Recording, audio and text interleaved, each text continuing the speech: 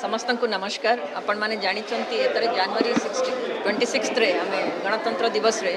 आमे women in transportation सेटा ही theme रे आमे टैब्लो करथिलु। तार अर्थ है कि ट्रांसपोर्टेशन गोटे डेवलपमेंट इंजिन कौन सी कंट्री पाई से रे जदि आमर महिला मानकर योगदान बहुत कम अच्छी आमे 50% पॉपुलेशन थाए कि आमे जते चाहूचु महिला वर्कफोर्स आसीबो से माने इकोनॉमी रे कंट्रीब्यूट करिवे विकसित भारत पाई ताहले आम पाई महिला मानक घर बाहरी से आसिकी समाज रे योगदान करबा पाई सब एनेबलिंग सिस्टमटा करबा पड़िबो। से एनेबलिंग सिस्टम भीतर एटा गोटे जिनस जेरे आमे महिला मानक ही जदि ट्रांसपोर्ट रे केवल से माने पार्टिसिपेट नहीं से माने लीड करिवे जे सेक्टर को से बड़े आम देखीचु केवल गाड़ी कहीं आजिकल आप देखुं पायलट हो कि या इवन नेवीर शिप गुड़िक हो सब महिला माने चलाऊ। तो आम गोटे प्रोग्रामटा राज्य सरकार से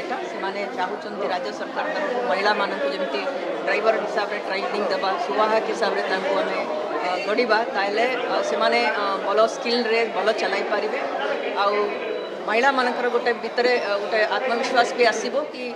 जमीती एटा महिला माने ड्राइवर अच्छी गोटे सुरक्षा व्यवस्था बस भितर पब्लिक स्पेस गुड़िक क्रिएट हम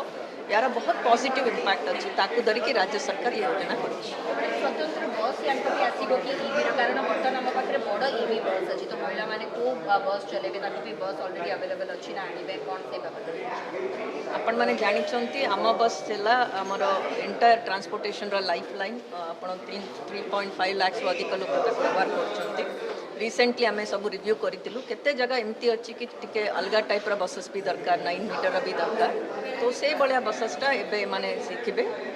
जे बसेस से ट्रेनिंग ने से ही बस गुड़िक आमर ऑलरेडी आमर योजना रे भी अच्छी से बस गुड़िक माने चलाए माने आसिला पोरे से बसेस आसी नहीं ऑलरेडी आम पाखे बस अच्छी किसी बस गुड़िक आसब पीएम ई बस सेवा रे बसेस आसब तो सेटारे जदि माने ई बसेस रे ट्रेनिंग ने माने बड़ा हो मिडी हो मिनी हो सब चलाई पारे किंतु आम 9 मीटर बसेस यूजुअली जे सिटी भितर चलो ताकू आम योगदान देखो जदि परसेंटेज हिसाब से करी अराउंड 45% आम ई बसेस है रिमाइनिंग आम डीजल अच्छी किंतु गोटे योजना अच्छी आटा राज्य सरकार एवं केंद्र सरकार भी गोटे मिशन अच्छी ग्रेजुअली 2-3 वर्ष भितर यहाँ पूरा ई मोबिलिटी को शिफ्ट हो।